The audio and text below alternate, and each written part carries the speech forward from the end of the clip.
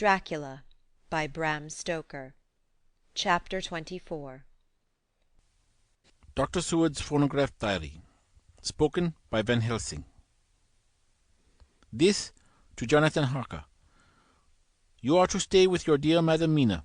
We shall go to make our search, if I can call it so, for it is not search, but knowing, and we seek confirmation only. But do you stay and take care of her today. This is your best and most holiest office. This day nothing can find him here. Let me tell you that so you will know what we four know already, for I have tell them. He, our enemy, have gone away. He have gone back to his castle in Transylvania. I know it so well, as if a great hand of fire wrote it on the wall. He have prepared for this in some way, and that last earth-box was ready to ship somewheres. For this he took the money, for this he hurry at the last, lest we catch him before the sun go down. It was his last hope, save that he might hide in the tomb that he think poor Miss Lucy, being, as he thought like him, keep open to him. But there was not of time. When that fail, he make straight for his last resource, his last earthwork, I might say, did I wish double entente. He is clever, oh so clever. He know that his game here was finish, and so he decide he go back home. He find ship going by the route he came, and he go in it. We go off now to find what ship and whither bound. When we have discovered that, we come back and tell you all. Then we will comfort you and poor Madam Mina with new hope, for it will be hope when you think it over, that all is not lost. This very creature that we pursue, he take hundreds of years to get so far as London, and yet in one day, when we know of the disposal of him, we drive him out. He is finite, though he is powerful to do much harm and suffers not as we do. But we are strong, each in our purpose, and we are all more strong together. Take heart afresh, dear husband of Madam Mina. This battle is but begun, and in the end we shall win, so sure as that God sits on high to watch over his children. Therefore be of much comfort till we return. Van Helsing. Jonathan Harker's Journal. 4 October. When I read to Mina Van Helsing's message in the phonograph, the poor girl brightened up considerably. Already the certainty that the Count is out of the country has given her comfort, and comfort is strength to her. For my own part, now that his horrible danger is not face to face with us, it seems almost impossible to believe in it. Even my own terrible experiences in Castle Dracula seem like a long-forgotten dream. Here, in the crisp autumn air, in the bright sunlight.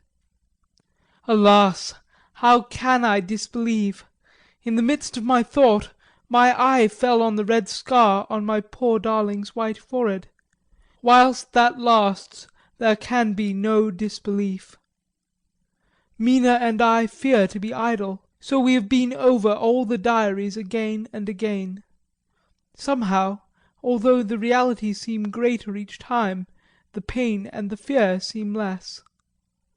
There is something of a guiding purpose manifest throughout, which is comforting.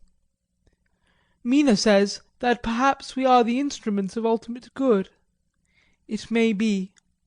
I shall try to think as she does. We have never spoken to each other yet of the future. It is better to wait till we see the Professor and the others after their investigations. The day is running by more quickly than I ever thought a day could run for me again. It is now 3 o'clock. Mina Harker's Journal. 5th October, 5 p.m. Our meeting for report. Present, Professor Van Helsing, Lord Godalming, Dr. Seward, Mr. Quincey Morris, Jonathan Harker, Mina Harker. Dr. Van Helsing described what steps were taken during the day to discover on what boat and whither bound Count Dracula made his escape. As I knew that he wanted to get back to Transylvania, I felt sure that he must go by the Danube mouth, or by somewhere in the Black Sea, since by that way he come. It was a dreary blank that was before us. omne ignotum pro magnifico, and so, with heavy hearts, we start to find what ships leave for the Black Sea last night. He was in sailing ship, since Madam Mina tell of sails being set.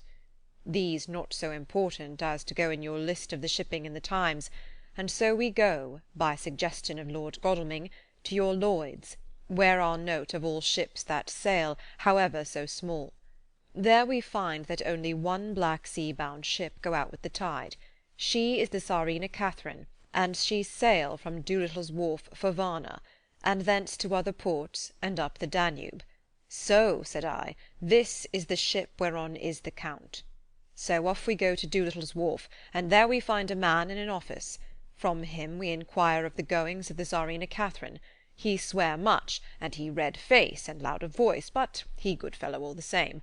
And when Quincey give him something from his pocket, which crackle as he roll it up, and put it in so small a bag which he have hid deep in his clothing, he still better fellow, and humble servant to us. He come with us, and ask many men who are rough and hot. These be better fellows too, when they have been no more thirsty. They say much of blood and bloom, and of others which I comprehend not, though I guess what they mean. But nevertheless they tell us all things which we want to know. They make known to us among them how last afternoon at about 5 o'clock comes a man so hurry, a tall man, thin and pale, with high nose and teeth so white, and eyes that seem to be burning. That he be all in black, except that he have a hat of straw which suit not him all the time, that he scatter his money in making quick inquiry as to what ship sails for the Black Sea, and for where. Some took him to the office, and then to the ship, where he will not go aboard, but halt at shore end of gangplank, and ask that the captain come to him. The captain come, when told that he will pay well, and though he swear much at the first, he agree to term. Then the thin man go, and some one tell him where horse and cart can be hired. He go there, and soon he come again, himself driving cart, on which a great box. This he himself lift down, though it take several to put it on truck for the ship. He give much talk to captain as to how and where this box is to be placed. But the captain like it not, and swear at him in many tongues, and tell him that if he like he can come and see where it shall be. But he say no, that he come not yet, for that he have much to do. Whereupon the captain tell him that he had better be quick, with blood, for that his ship will leave the place, of blood, before the turn of the tide, with blood. Then the thin man smile, and say that of course he must go when he think fit, but he will be surprised if he go quite soon. The captain swear again, polyglot, and the thin man make him bow and thank him, and say that he will so far intrude in his kindness as to come aboard before the sailing. Finally the captain, more red than ever, and in more tongues, tell him that he doesn't want no Frenchmen with bloom upon them, and also with blood, in his ship, with blood on her also. And so, after asking where he might purchase ship forms, he departed. No one knew where he went, or bloomin' well cared, as they said, for they had something else to think of, well, with blood again. For it soon became apparent to all that the Tsarina Catherine would not sail as was expected. A thin mist began to creep up from the river, and it grew and grew, till soon a dense fog enveloped the ship and all around her. The captain swore polyglot, very polyglot, polyglot with bloom and blood, but he could do nothing. The water rose and rose, and he began to fear that he would lose the tide altogether. He was in no friendly mood when, just at full tide, the thin man came up the gangplank again and asked to see where his box had been stowed. Then the captain replied that he wished that he and his box, old and with much bloom and blood, were in hell. But the thin man did not be offend, and went down with the mate and saw where it was placed, and came up and stood a while on deck in fog. He must have come off by himself, for none notice him. Indeed, they thought not of him, for soon the fog began to melt away, and all was clear again. My friends of the thirst and the language that was of bloom and blood laughed, as they told how the captain's swears exceeded even his usual polyglot, and was more than ever full of picturesque, when on questioning other mariners who were on movement up and down the river that hour, he found that few of them had seen any of fog at all, except where it lay round the wharf. However, the ship went out on the ebb tide, and was doubtless by morning far down the river mouth. She was then, when they told us, well out to sea. And so, my dear Madam Mina, it is that we have to rest for a time, for our enemy is on the sea, with the fog at his command, on his way to the Danube mouth. To sail a ship takes time, go she never so quick, and when we start to go on land more quick, and we will meet him there. Our best hope is to come on him when in the box between sunrise and sunset, for then he can make no struggle, and we may deal with him as we should. There are days for us in which we can make ready our plan. We know all about where he go, for we have seen the owner of the ship, who have shown us invoices and all papers that can be. The box we seek is to be landed in Varna, and to be given to an agent, one Ristix, who will there present his credentials, and so our merchant friend will have done his part. When he ask if there be any wrong, for that so, he can telegraph and have inquiry made at Varna. We say no, for what is to be done is not for police or of the customs. It must be done by us alone, and in our own way." When Dr. Van Helsing had done speaking, I asked him if he was certain that the Count had remained on board the ship. He replied, "We have the best proof of that, your own evidence, when in the hypnotic trance this morning." I asked him again if it were really necessary that they should pursue the Count, for oh, I dread Jonathan leaving me, and I know that he would surely go if the others went. He answered in growing passion, at first quietly. As he went on, however, he grew more angry and forceful, till in the end we could not but see wherein was at least some of that personal dominance which made him so long a master amongst men. "Yes, it is necessary, necessary, for your sake in the first, and then for the sake of humanity. This monster has done much harm already, in the narrow scope where he find himself, and in the short time when as yet he was only as a body groping his so small measure in darkness and not knowing. All this have I told these others. You, my dear Madam Mina, will learn it in the phonograph of my friend John, or in that of your husband. I have told them how the measure of leaving his own barren land, barren of peoples, and coming to a new land, where life of man teems till they are like the multitudes of standing corn, was the work of centuries. Were another of the undead, like him, to try to do what he has done, perhaps not all the centuries of the world that have been, or that will be, could aid him. With this one, all the forces of nature that are occult and deep and strong must have worked together in some wondrous way. The very place where he have been alive, undead, for all these centuries, is full of strangeness of the geologic and chemical world. There are deep caverns and fissures that reach none know whither. There have been volcanoes, some of whose openings still send out waters of strange properties, and gases that kill or make to vivify. Doubtless there is something magnetic or electric in some of these combinations of occult forces which work for physical life in strange way, and in himself were from the first some great qualities. In a hard and warlike time he was celebrate that he have more iron nerve, more subtle brain, more braver heart than any man. In him some vital principle have in strange way found their utmost, and as his body keeps strong and grow and thrive, so his brain grow too. All this without that diabolic aid which is surely to him, for it have to yield to the powers that come from and are symbolic of good. And now this is what he is to us. He have infect you. Oh, forgive me, my dear, that I must say such, but it is for good of you that I speak. He infect you in such wise that even if he do no more you have only to live in your own old sweet way, and so in time death, which is of man's common lot and with God's sanction, shall make you like to him. This must not be. We have sworn together that it must not. Thus are we ministers of God's own wish, that the world and men for whom his Son die will not be given over to monsters, whose very existence would defame him. He have allowed us to redeem one soul already, and we go out as the old knights of the cross to redeem more. Like them we shall travel towards the sunrise, and like them, if we fall in good cause." He paused, and I said, "But will not the Count take his rebuff wisely? Since he has been driven from England, will he not avoid it, as a tiger does the village from which he has been hunted?" "Aha!" he said. "Your simile of the tiger good, for me, and I shall adopt him. Your man-eater, as they of India call the tiger who has once tasted blood of the human, care no more for the other prey, but prowl unceasing till he get him. This that we hunt from our village is a tiger too, a man-eater, and he shall never cease to prowl. Nay, in himself he is not one to retire and stay afar. In his life, his living life, he go over the Turkey frontier and attack his enemy on his own ground. He be beaten back, but did he stay? No, he come again, and again, and again. Look at his persistence and endurance. With the child brain that was to him, he have long since conceived the idea of coming to a great city. What does he do? He find out all the place of the world, most of promise for him.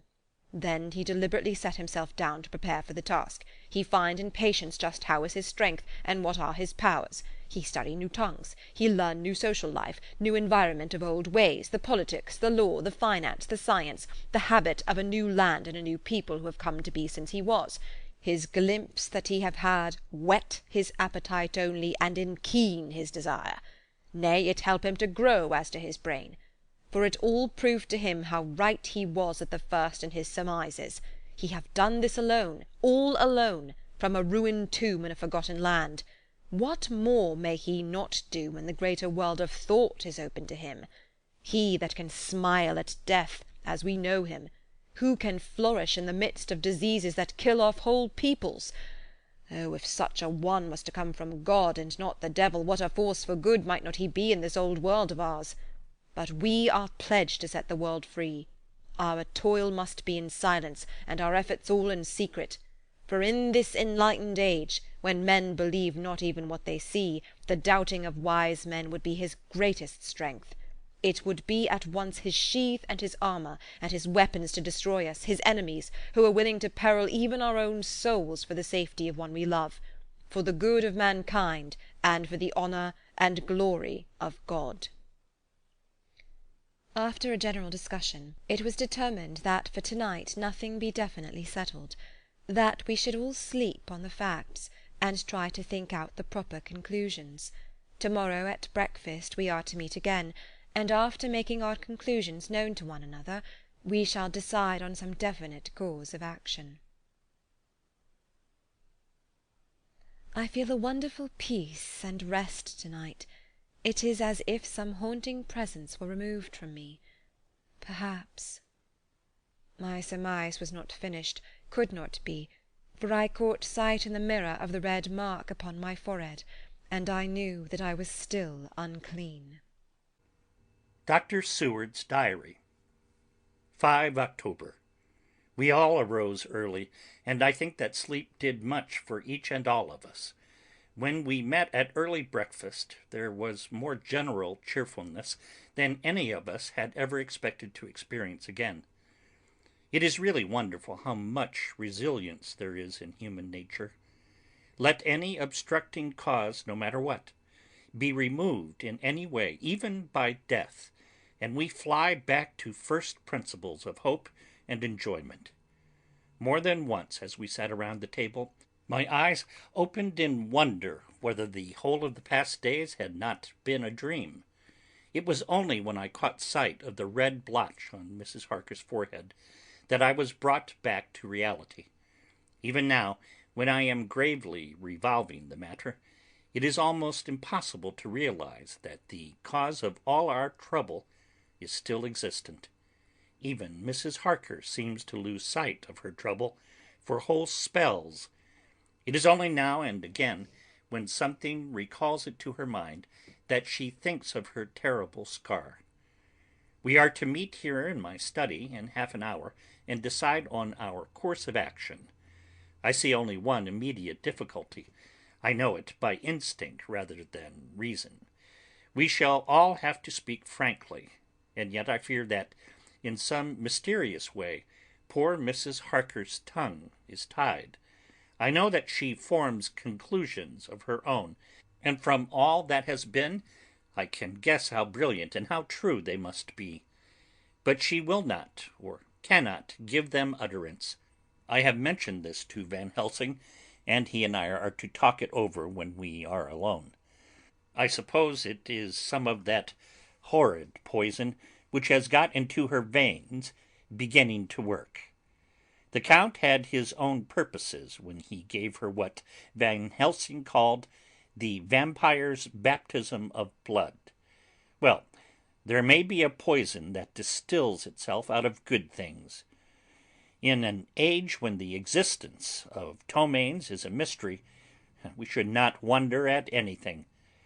One thing I know, that if my instinct be true regarding poor Mrs. Harker's silences, then there is a terrible difficulty, an unknown danger in the work before us. The same power that compels her silence may compel her speech. I dare not think further, for so I should in my thoughts dishonor a noble woman. Later, when the professor came in, we talked over the state of things. I could see that he had something on his mind which he wanted to say, but felt some hesitancy about broaching the subject. After beating about the bush a little, he said, "Friend John, there is something that you and I must talk of alone, just at the first, at any rate. Later we may have to take the others into our confidence." Then he stopped, so I waited. He went on. "Madam Mina, our poor dear Madam Mina, is changing." A cold shiver ran through me to find my worst fears thus endorsed. Van Helsing continued, "With the sad experience of Miss Lucy, we must this time be warned before things go too far. Our task is now, in reality, more difficult than ever, and this new trouble makes every hour of the direst importance. I can see the characteristics of the vampire coming in her face. It is now but very, very slight, but it is to be seen if we have eyes to notice without prejudge. Her teeth are sharper, and at times her eyes are more hard. But these are not all. There is heard the silence now often, as so it was with Miss Lucy. She did not speak even when she wrote that which she wished to be known later.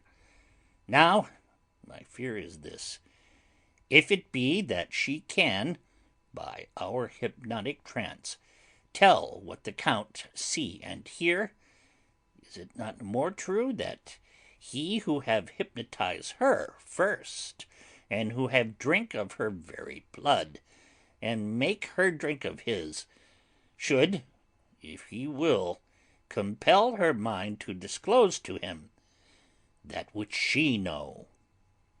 I nodded acquiescence. He went on. "Then what we must do is to prevent this. We must keep her ignorant of our intent, and so she cannot tell what she know not. This is a painful task. Oh, so painful that it heartbreak me to think of it, but it must be. When today we meet, I must tell her that for reason which we will not to speak, she must not more be of our counsel, but be simply guarded by us." He wiped his forehead, which had broken out in profuse perspiration, at the thought of the pain which he might have to inflict upon the poor soul already so tortured. I knew that it would be some sort of comfort to him if I told him that I also had come to the same conclusion, for, at any rate, it would take away the pain of doubt. I told him, and the effect was as I expected. It is now close to the time of our general gathering. Van Helsing has gone away to prepare for the meeting and his painful part of it. I really believe his purpose is to be able to pray alone. Later, at the very outset of our meeting, a great personal relief was experienced by both Van Helsing and myself. Mrs. Harker had sent a message by her husband to say that she would not join us at present, as she thought it better that we should be free to discuss our movements without her presence to embarrass us. The professor and I looked at each other for an instant, and somehow we both seemed relieved. For my part, I thought that if Mrs. Harker realized the danger herself, it was much pain as well as much danger averted. Under the circumstances, we agreed, by a questioning look and answer, with finger on lip, to preserve in silence our suspicions, until we should have been able to confer alone again. We went at once into our plan of campaign. Van Helsing roughly put the facts before us. The Tsarina Catherine left the Thames yesterday morning. It will take her, at the quickest speed she has ever made, at least 3 weeks to reach Varna. But we can travel overland to the same place in 3 days.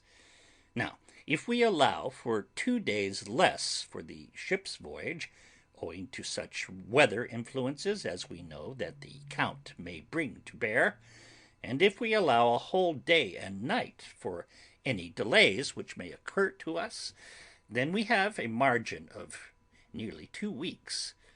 Thus, in order to be quite safe, we must leave here on 17th at latest. Then we shall, at any rate, be in Varna a day before the ship arrives, and able to make such preparations as may be necessary. Of course, we shall all go armed against evil things, spiritual as well as physical. Here Quincey Morris added, I understand that the Count comes from a wolf country, and it may be that he shall get there before us.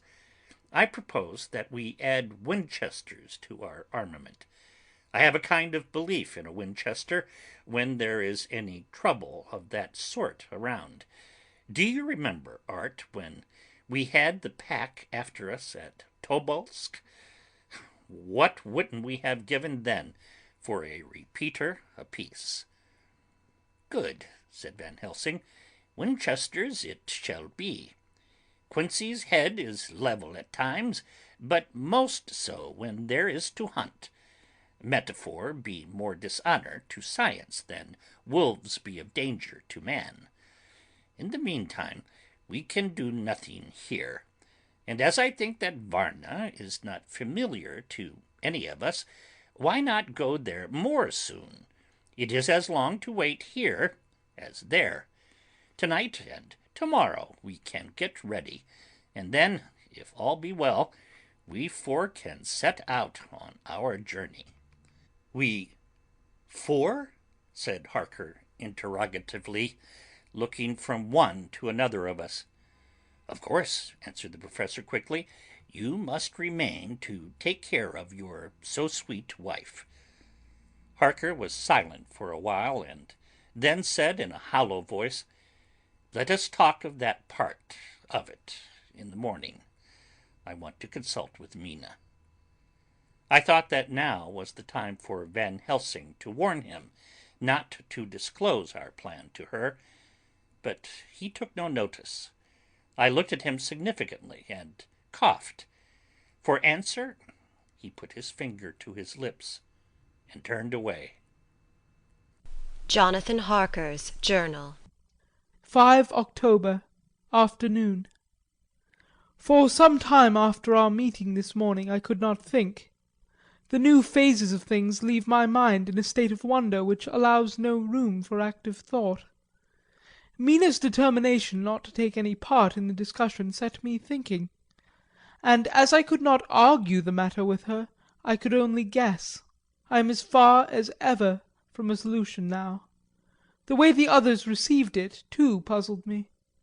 The last time we talked of the subject, we agreed that there was to be no more concealment of anything amongst us. Mina is sleeping now, calmly and sweetly like a little child. Her lips are curved, and her face beams with happiness. Thank God, there are such moments still for her. Later. How strange it all is! I sat watching Mina's happy sleep, and I came as near to being happy myself as I suppose I shall ever be. As the evening drew on, and the earth took its shadows from the sun sinking lower, the silence of the room grew more and more solemn to me. All at once Mina opened her eyes and looking at me tenderly, said, "Jonathan, I want you to promise me something, on your word of honour, a promise made to me, but made holily in God's hearing, and not to be broken though I should go down on my knees and implore you with bitter tears. Quick, you must make it to me at once." "Mina," I said, "a promise like that I cannot make at once. I may have no right to make it." "But, dear one," she said, with such spiritual intensity that her eyes were like pole stars, "it is I who wish it, and it is not for myself. You can ask Dr. Van Helsing if I am not right. If he disagrees you may do as you will. Nay, more, if you all agree. Later you are absolved from the promise." "I promise," I said, and for a moment she looked supremely happy, though to me all happiness for her was denied by the red scar on her forehead.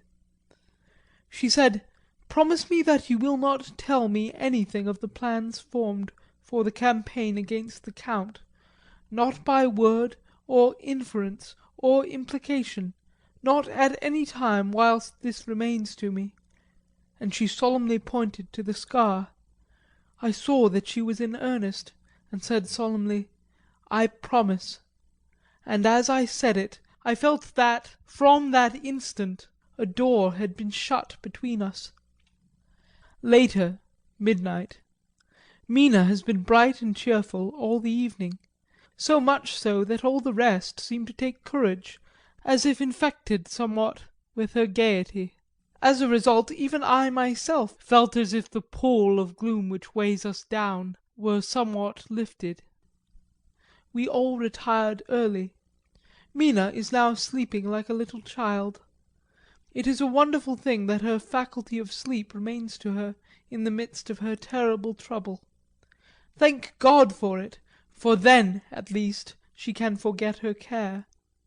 Perhaps her example may affect me as her gaiety did tonight. I shall try it. Oh, for a dreamless sleep. 6 October, morning. Another surprise. Mina woke me early, about the same time as yesterday, and asked me to bring Dr. Van Helsing. I thought that it was another occasion for hypnotism, and without question went for the Professor. He had evidently expected some such call, for I found him dressed in his room. His door was ajar, so that he could hear the opening of the door of our room. He came at once. As he passed into the room he asked Mina if the others might come too. "No," she said quite simply, "it will not be necessary. You can tell them just as well. I must go with you on your journey." Dr. Van Helsing was as startled as I was. After a moment's pause he asked, "But why?" "You must take me with you.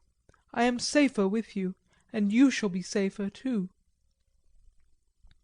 "But why, dear Madam Mina? You know that your safety is our solemnest duty.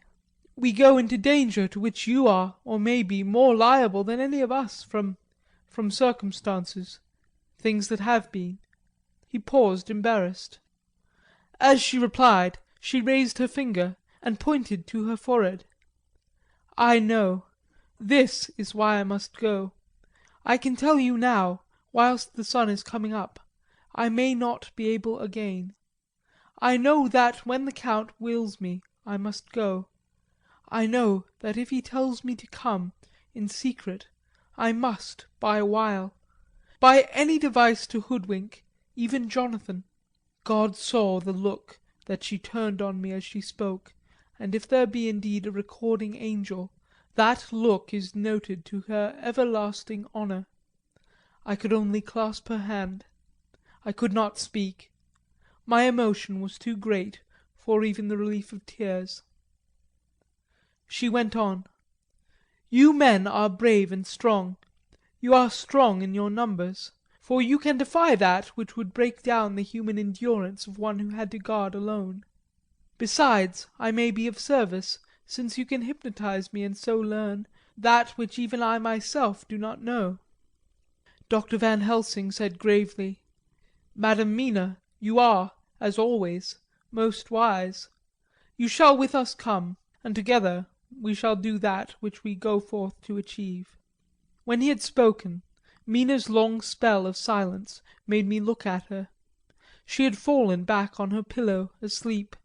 She did not even wake when I had pulled up the blind and let in the sunlight which flooded the room. Van Helsing motioned me to come with him quietly.